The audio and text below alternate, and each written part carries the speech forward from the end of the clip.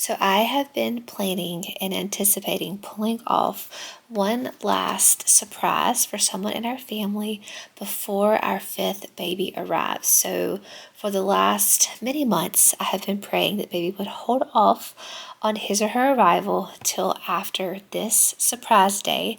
So I'm going to bring you along for that today. So starting off, I'm going to be making some more special foods to pack up and take on the surprise. So I'm starting with some homemade mayonnaise. This is something I made before on this channel.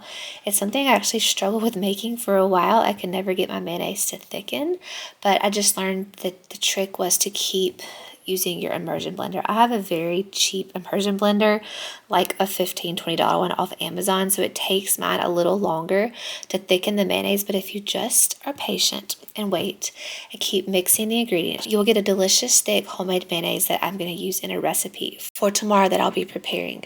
So this is just an egg, some vinegar, salt, pepper, and a cup of olive oil. I typically prefer to use a lighter olive oil, but I didn't have that. I just had this olive oil from Thrive.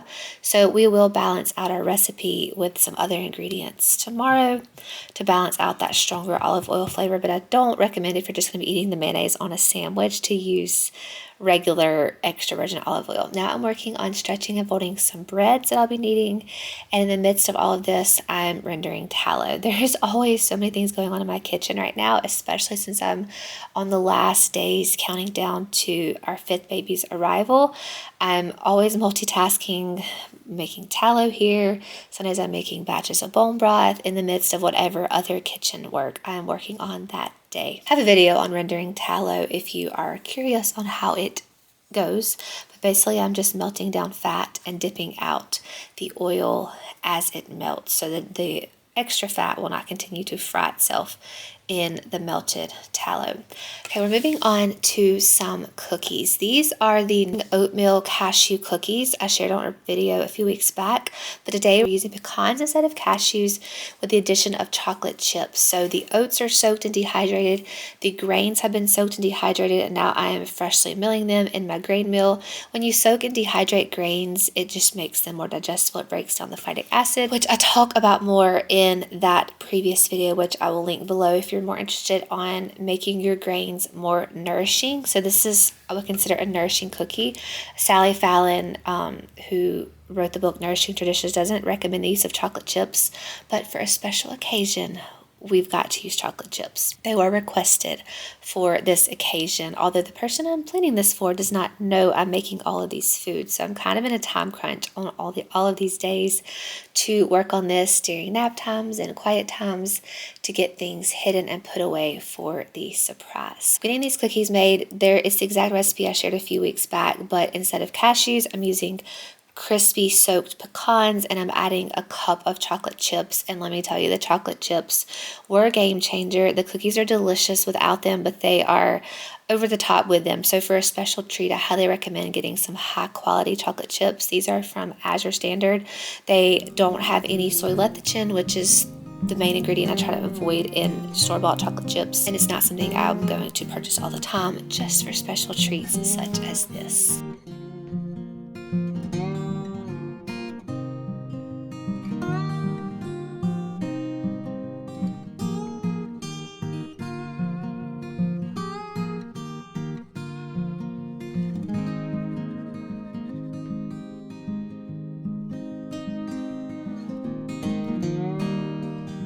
Moving on to another special treat.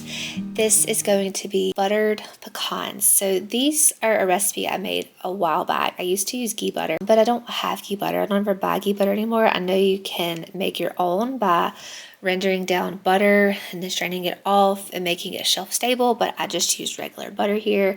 I'm buttering the rest of the pecans that I did not use in the cookie recipe and adding some salt and baking them for about 15 or 20 minutes. These are so good to snack on while traveling or on any kind of little day trip, road trip. They're a favorite in our family, but not something we have very often. I try to reserve them for special occasions such as this one. So again, these pecans were soaked for 7 hours in salt water, then dehydrated at the lowest setting on my dehydrator for about 6 hours. Now I'm adding the butter, the salt, and I will roast them very low, about 250 in the oven for about 15-20 minutes, just to kind of melt that butter on there, make sure the salt soaks in, and get them nice and toasty for our surprise day. I'm also trying to keep oats constantly soaked and dehydrated and just keep them in a little mason jar in the refrigerator, which is what you see me doing here. We had oatmeal, I think earlier that day or that week, and I still had some that had not been dehydrated. So I'm trying to constantly keep oats soaked and dehydrated, ready to make quick granolas and these cookies that our family absolutely loves right now. I'm still working on that bread. So this is my usual artisan bread. I've been playing around with an artisan bread recipe using fully whole grains. That's been delicious. I have made several beautiful artisan loaves, which is something I have not done in a while, with half spelt and half hard red wheat.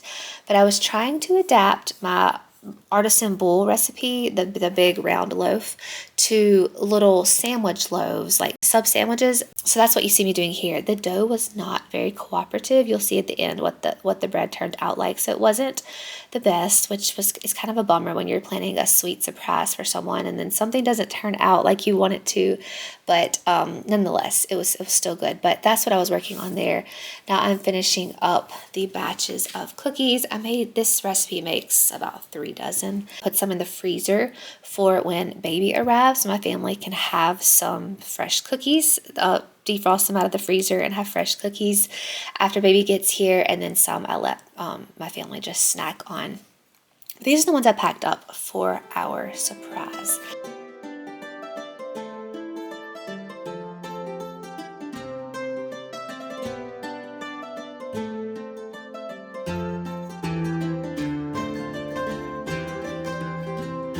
It is now evening and I'm going to shape the loaf. So instead of just doing one full loaf, I'm separating into 3 and going to make 3 smaller sub loaves. Now this would technically be when you would need a baker's conch tip to use folded up pieces of parchment paper between your loaves.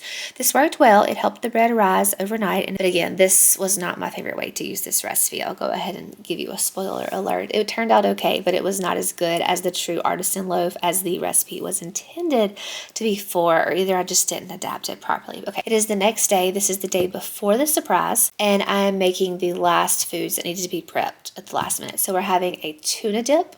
This is just going to be tuna that I get from Azure Standard, stored in spring water, not any type of oil or preservatives. And I'm going to be adding that homemade mayonnaise we made yesterday, as well as a little bit of Greek yogurt, some seasonings, and I will serve this with some chips and crackers that I just ordered from Thrive Market. I could have made the crackers, but for a surprise, I just bought a box of sourdough einkorn crackers from Jovial from Thrive Market. They were delicious with this tuna dip. So if you haven't already guessed, this is a surprise day trip for my husband. You might have guessed it was for one of my children, but this is for my husband's 40th birthday. We actually had planned a family mountain trip to the Smoky Mountains. Is where we like to vacation every fall. We go with my parents, and it's just a really fun trip. So we had actually planned this year's trip for the week of his birthday. But I was pregnant and we were expecting baby to be born around or a little after his birthday. And I just wasn't comfortable traveling 7-8 hours from our home out of state to the mountains to have that trip. So I felt really bad that we weren't going to get to have his 40th birthday trip. So I wanted to plan a special day for him and I to enjoy together, since he wasn't going to have his mountain 40th birthday trip as we had originally intended. Now, looking back, now that I'm filming this video in retrospect, we probably would have been fine to travel because I did not have baby that week of that trip, but it would have been a little uncomfortable riding 8+ hours to the mountains that week. But nonetheless, that is who I'm making all of these special treats for in this video. So here I'm making some bakery style blueberry muffins and then a crumb topping. My husband loves a crumb topping. Anytime we go on a trip, he wants to go to a bakery and get a muffin with a crumb topping Of course, those aren't the healthiest muffins, but I did recreate them for us to have at home for breakfast that morning before we headed out on our day trip. My parents were actually still going to be going on that mountain trip that we were intended to go on with them, so they were unavailable to watch our children. I asked my mother-in-law a couple months back to watch our children for the day, and of course she agreed, and that is what I'm planning for.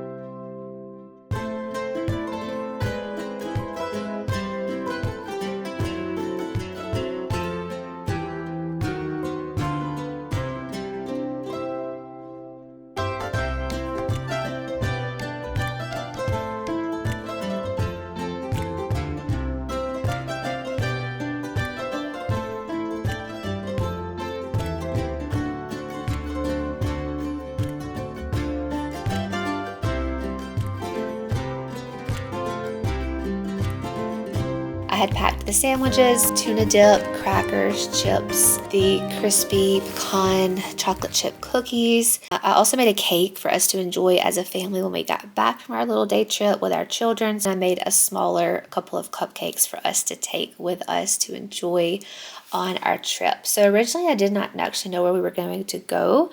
I had considered some sort of hiking trip because that is what we had done. We did a lot of hiking and exploring before we had children, just all over our state. When we would go on vacations, we always just enjoyed finding places to hike and new places to explore.